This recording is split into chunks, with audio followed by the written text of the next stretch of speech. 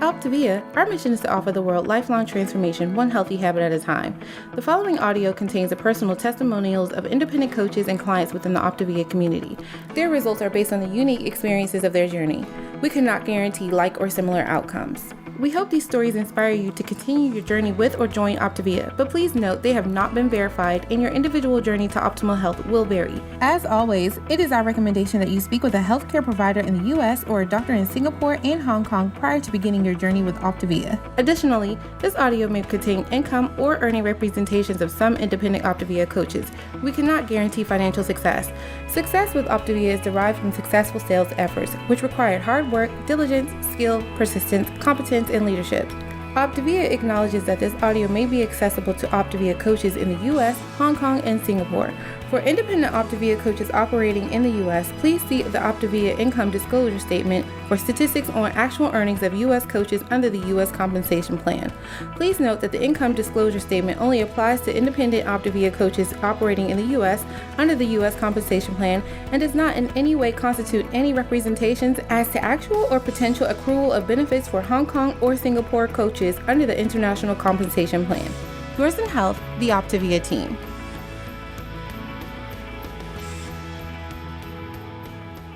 All right, let's go ahead and get started. Welcome everyone to the Habits of Health Community Time. I'm Amber Smithson, certified Optavia coach, and so excited to be talking to you tonight about element 23 in your life book. Master your thoughts and your emotions. Here's a picture of me. I am really excited to be sharing some thoughts from the life book with you. I'm excited to be sharing some stories, and I have a gal coming on who is in our Optavia community who's going to be sharing as well, Katie Knight, and we're going to have so much fun together. So let's kick it off with our first poll. If you are live, you get to vote. If you're watching a playback, then you're just going to want to be live next time because we have so much fun live. Okay, so which answer best describes you? Are you a U.S. independent Optavia coach? Are you a U.S. Optavia client? We also have Hong Kong, Singapore Optavia coaches. We have Hong Kong, Singapore clients, or maybe you're just a guest. Maybe you're checking us out. Somebody threw you a link and you are excited just to be here. So make sure that you vote on that poll so we can just see who is participating with us tonight. And just a reminder, if you don't have the Habits of Health Transformational System in your hands, you are going to want to get that. We have been going over all the elements in the life book during 2020. We're on element 23. We're going to be wrapping up the year with a few more elements, and we're going to start fresh in 2021. Isn't that crazy, you guys? Can't you wait for 2021? It's going to be so fun. So if you don't have these books in your hands, you're going to want to do that. All right, let's dive right in. Element 23 agenda. You guys, I don't know if you have read or worked through element 23 yet, but this is my favorite one. Okay, and I say that about a few of them, but this is for real. I love element 21. So we're going to go over mindset. Hopefully, you're going to increase awareness of how emotional management can help create optimal health and well-being. Sometimes we don't even realize what we're missing in our optimal health puzzle. Sometimes we go, I didn't even know I was missing that. We don't know what we don't know. So we want to increase that awareness of how that emotional management can help you create optimal health and well-being. Then we're going to work on a skill set, learn strategies to maintain internal stability despite what the world throws at you. Okay, have you ever said something like this? Boy, when it just gets less crazy around here, or when things just settle down, or when my life isn't so busy, then ... Okay. Put me in the chat if you've ever said one of those things that I just said. Like, I will do that when things get less busy, when I'm less stressed out, when fill in the blank. Okay, I'm seeing a lot of me's in the chat. We are going to learn strategies tonight on this call to maintain internal stability despite what the world throws at you. Does that excite anybody? And action, practice the steps to processing emotions. Okay, I'm excited for tonight, you guys. All right, here's a quote from Dr. A that I really like because it makes you think. Think about whether you spend as much time in the mental gym as you do in the physical gym. I hope you guys wore your mental gym workout clothes. I don't know what that looks like for you. Maybe it looks like pajamas. I don't know, yoga pants. But we are going to do some mental gymnastics tonight. And I'm excited for that because I think that we really do need to spend as much time in the mental gym as we do in the physical gym because it's so important. Okay, let's just do a little review. Let's do a little review. This is from element 4, which by the way is my second favorite element. Element 4, we talked a little bit about above and below the line. And above the line is where you're open and curious, you have a growth mindset. And below the line is you're closed, you're defensive, you want to be right. And we really find that when we get into that above the line thinking, that growth mindset, that it's really helpful in actually changing your mindset, changing your stars, changing your neural pathways, really starting to have new habits become the norm. And so I want to do another poll in just a second, but before I bring that poll up, above the line, here's some statements that we hear ourselves saying above the line. We say things like, what can I learn from this? We say things like, how does this apply to me? Or we say things like, I really appreciate that when we learn new things. Okay, so these are all above the line mindsets. Below the line are things like, I'm right and they're wrong. We hear that a lot right now, right? Especially in politics. How about this? I'm trying really hard. Or it's not my fault. Or what about it's no use? I give up. Okay, so I want to put a poll up. Right now, do you feel like you are above or below the line? Just right now, just how you're feeling about what we're talking about, like your mindset about health, maybe just right now tonight. Because we might be closed and defensive and be like, I'm so sick of salad. Or we might be in this above the line, like, I wonder what I can learn tonight that's going to help me to really be able to move past some of my blocks. Or we might be thinking, oh, it's just all the same. Like I try and then I fail and I try again. That would be below the line. Above the line would be like, you know what? Maybe I have been missing something. I'm ready to figure out what it is. All right. So let's put those results up. I'm just curious. I'm open and curious. Okay. Good. We have a lot who are live. 88% are like, I'm above the line right now. I'm open, I'm curious, and I'm ready to grow. And then 12%, good for you. We're just owning it because it's not bad to be below the line. It's a place where you can learn something where you go, okay, what can I learn from myself right now that I'm a little defensive or I'm closed or I'm in this loop. So good for you, 12% who admitted to being below the line right now. I love it.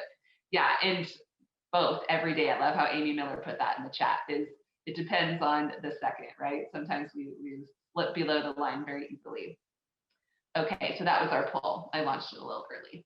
All right, so let's do a little review now of the 3 brains. So this is also from element 4.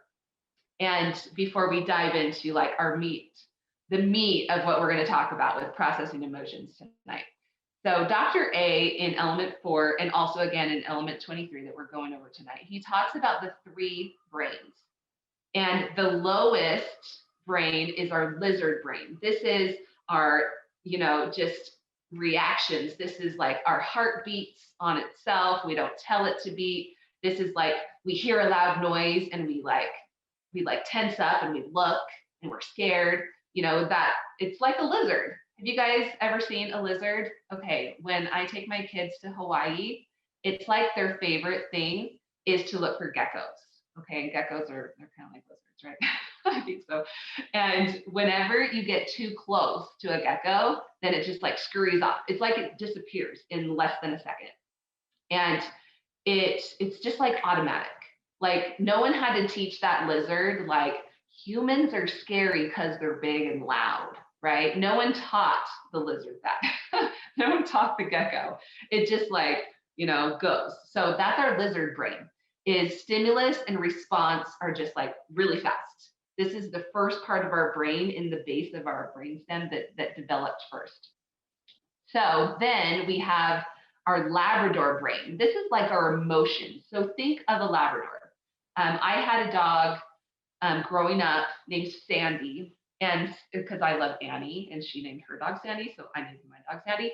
And Sandy was this really big, part German Shepherd, part Samoyed. It was this giant beast of a dog, but so happy and so like furry, and always wanted to please everybody. And Sandy would like find gophers and then like catch them and leave them on our back deck. And she was so excited and so like just like love me and be so proud of me that I killed this gopher and brought it to you. And so that's what our emotional brain. It doesn't feel bad. That dog didn't feel bad that it killed that gopher and brought it to me. It really just wanted love. It wanted some attention. And so what our this is what our Labrador brain really does. Is it's that love of food and family and wants to be stroked and just like connects to that emotional, like, oh, this is the part of our brain that probably is like, this is the last chance to have candy corn because Halloween's over, or want to eat that pie because it's Thanksgiving and it's family. This part of our brain can kind of like be very emotional. And then there's our human thinking brain. This is our prefrontal cortex. Now, this is where our discipline comes in and our willpower and our really making long-term decisions. This is where we decide what our higher wants are. Our higher wants, like we want optimal health and we want to be able to run and not, be out of breath. And we want to be able to accomplish things in our businesses and in our lives and with our families and goals. And so that's our human brain. Now, when stimulus comes and it goes out at the Labrador brain, usually we're going to be making decisions that don't really support our higher wants and desires, right?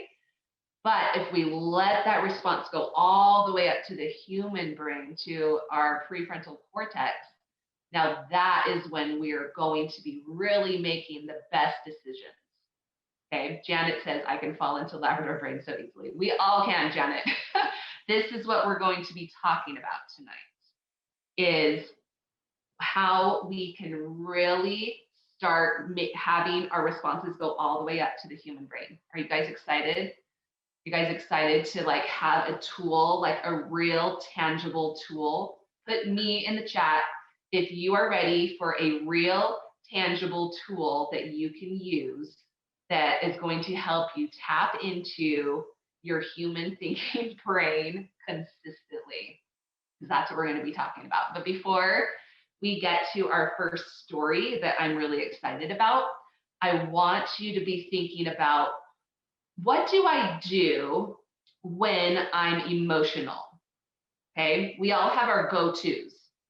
When we're emotional, when we're below the line, we do things. We have many ways to distract ourselves from being with and expressing our authentic feelings and emotions. and thoughts. Okay. And there, it's also ways that we simply just leave the now moment. Like maybe it's too overwhelming, or it's too much, or it's too loud, or it's too whatever. Okay. So I want you to look at this list, and this isn't a comprehensive list, but this is a pretty good list. Okay. So some people eat, especially like sugary, fatty, salty. Okay, Grace said, when I'm emotional, I want to eat. Yeah, okay, there's a lot of us on here that's the truth, right? For us. And that's our go-to buffer. That when we don't want to feel the emotions coming, we tend to go towards these. Okay. So some people sleep, some people maybe drink, or drugs, smoking, whatever. Some people get like really controlling, or you exercise, cleaning, gossiping, shopping, watch TV, Netflix, and chill, right? Swiping on your phone. Okay, have you ever found yourself like swiping on your phone and you're like on social media or whatever, and all of a sudden like a whole hour went by? You guys, okay, I'm the only one? No, I see people in the chat saying yes. This is when we're buffering, okay? We're drifting below the line, and we are just wanting to just numb out. Okay, ask yourself, what do I do to numb out? And some buffering is like more destructive to our lives than others. And I admit to that. Like sometimes, like if your emotional eating has taken you to a place where your health is very much out of whack, and you're on all kinds of medications, or extremely overweight, and it's really affecting your life, that could be something that, okay, this is really affecting me, versus, oh, well, I exercise when I'm buffering, and maybe that's kind of healthy anyway, or I clean, but I want you instead of thinking that buffering is bad, I want you to think, I want to become aware of it. Because you can do anything on the buffering list from above the line or below the line. I want to say that again. When you go below the line, you're buffering and you're just avoiding feelings, you're avoiding your emotions, you're avoiding situations. You can do anything on the list from above the line or below the line. Think about it. Can you eat, no matter what it is? Can you eat from above the line where you're open and curious and, I wonder what ingredients are in here, and I wonder what that is? And or below the line, like, I just can't deal with life, I need to stuff my face, right? Anything on the list you can do from above the line or below the line. Okay, so now I know a lot of you have kind of identified some of the things you do. What I want to do now is I want to give you an example. I want to bring on my friend Katie, and she's going to tell you a story of how she really has utilized the skill that I'm going to teach you in just a few minutes. And I want to get you really excited because Katie is amazing. And I think her story is going to be extremely inspiring to you. So Katie, go ahead and come off mute, put your video on, and are you there? Can you hear me? Yeah. Awesome. Okay, take it away, Katie. We're excited to hear from you. Oh, thank you. I am excited to be here, I guess. This is a great opportunity for growth, and that's what I'm looking at it as. I've been a part of Optavia for 6 years now, and I've done the nursing mom program twice with my babies. And I knew that when I had my last child, I knew the plan. I knew I was going to do nursing moms, and I was going to be this great example of a health coach, losing baby weight, and look at my progress. I had a plan. And 2020 hit me hard. I went in April for my 20-week ultrasound to find out the gender of our baby. And instead I was told there was no heartbeat and that I would be delivering my stillborn son. So I went from thriving and crushing life and just being so vibrant to just this darkness, right? The struggle of being told that I had to labor and deliver a dead baby was something I wanted to never endure. I told my husband, I can't. I just begged the Lord to make it stop. Like, why would I go through this? And I had to go home and tell my kids that their brother had died. I had to bury my son. His name is Easton. And it is incredibly difficult anyways, but I've just struggled with depression and mental health for so long. So when I had that, I thought I would never recover. You just get that raw spot where you're like, this is it. I will live in a dark hole forever. At my worst, I wouldn't say I was suicidal, but I didn't want to exist. I didn't want people to depend on me. I didn't want to disappoint my kids, my husband, my family. I just didn't want to be needed because I couldn't carry that weight. I've done counseling. My husband is a mental health professional, and we're very aware of my struggle. And the trauma that I went through, it's just like, oh, I couldn't even watch commercials with babies, you know, like there's just triggers everywhere. And I got to a spot through this quarantine. That was in April, right? That's when the country shut down. Like we were told we couldn't touch, we couldn't hug, I couldn't have visitors. And I've never felt so isolated in the hardest time of my life. And my health coach, Chantel, reached out to me. And she said, what do you want? And I said, I don't know. I'm trying to lose weight. I'm trying to exercise, but I don't have a baby. Like the shame that I held. I felt like a failure as a mom. There was so much mental baggage, right? And I just told her, I said, I need to change. I need to get out of this place, and I want to be unstoppable. I want to be strong again.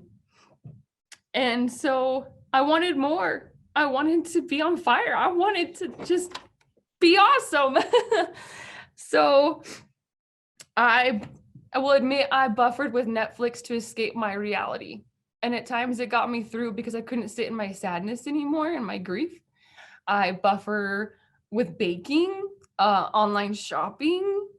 And I still to this day catch myself being like, wow, I have a lot of laundry to do. I should probably go do all that.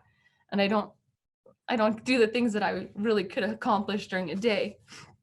But I am back to health coaching. I am healing, and it's I'm in the best place of my life right now, Amber. Like physically at 35, I'm in great shape now, and mentally my resiliency is like, bring it on. And so what we're going to do today with you is difficult, and this is something that my health coach has brought to me because there's a lot of triggers out there for grief right now. And so I am willing right now with you and all my 4,000 closest friends to show them how we process grief or any emotion. But for me, it's grief. Grief is at the top of my list. So I'm ready when you are to do this. Okay, Katie. Thank you for your bravery and your story. And I don't know if you could see the comments that were going by in the chat, but so much love and support for you.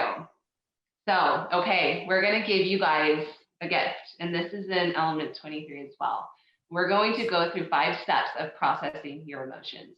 The first step is to name it. So, Katie, if you were to name the emotion, the thing inside of you, how would you name it? It is grief. It hurt. Definitely grief. There's anger there too, but grief is the big one. Okay, so your grief, step 2, I want you to locate it. Where do you feel it in your body? Where is it manifesting for you the most? It's on my chest. Right here, my chest, like it goes through my whole body, but it starts with so much in my chest.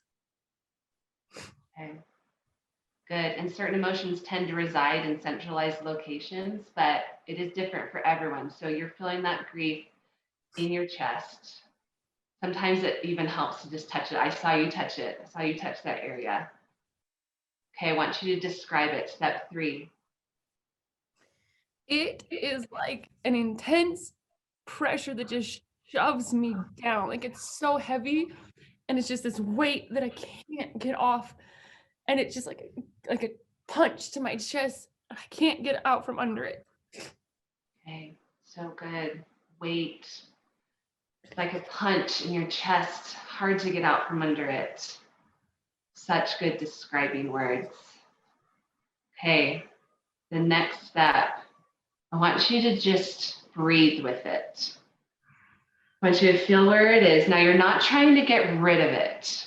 You're just allowing it to be there. Engage and notice your body, especially where it's manifesting. Acknowledge it while you're breathing. Let those thoughts pass. You're not fighting it. You're not saying go away. You're allowing that to be exactly where it is. Exactly what you're feeling is completely acceptable to be there. And I want you to take a deep breath in through your nose, out through your mouth. You might have to take several of those. Yeah, I get really hot. Like the emotion, like when my brain kicks into that lizard brain, it just gets like I start sweating immensely. Like I know when my brain is triggered. It's so hot. Yes. So like just the breath of being like, okay, I am so sad. Yes. And that's okay. We don't need to put stuff on top of it. We don't need to buffer it. We don't need to push it down, down, down. Just allowing it to be there. Allowing that energy in motion. Emotion, energy in motion. Okay, keep breathing. How is it feeling even after like a minute of breathing? It's lighter. I'm not sweating as much. Yeah. Yeah. Sometimes we need to allow it and let it be there and accept it for it to actually move through us. Have you found that? Yeah. Because I can't push it away. Like my grief is like a wind. Like I can't physically grab it, It's just all of a sudden suffocates me. So to like just be like, okay, so I am having a hard time breathing. Let's just like obviously I need oxygen right now. Yes. And that last step, learn from it. What wants to be let go of or mourned? For sadness, for anger, what wants to be stopped, changed, or ended? Or fear, what wants to be known? So many times we just think that we just need to cover it up, but sometimes we need to learn from the emotion that's there. So for you, Katie, what wants to be let go of or mourned? I have learned that my grief has taught me I don't have to be 100% healed. Like it's not this checklist or this, it's linear and there are days that are going to be hard. And my grief has taught me that I have people around me to help me. And the fear is when last week I had to take a pregnancy test because I was late and I couldn't look at it because I'm like, if I'm pregnant again, am I going to miscarry? If I'm pregnant again, can I even have a baby? Like there's so many things that I'm like, whoa. Okay, I am terrified of a stick right now. And I had to work through that. And I talked to you about that. And it's like, okay, my grief has taught me that I loved my son and I love him still. And it's okay to carry that and to like acknowledge it. It's okay to hurt. It's okay to heal. And it's okay. I love that. Katie, oh my gosh, thank you so much for your share. I know that we all just want to wrap you in a giant hug. And I want everybody to realize this isn't so that Katie stops grieving. This isn't to make it go away because that's a process. But each day, I do this on a daily basis, is processing the emotions that are there and that have wisdom for us. And I want to close with this quote.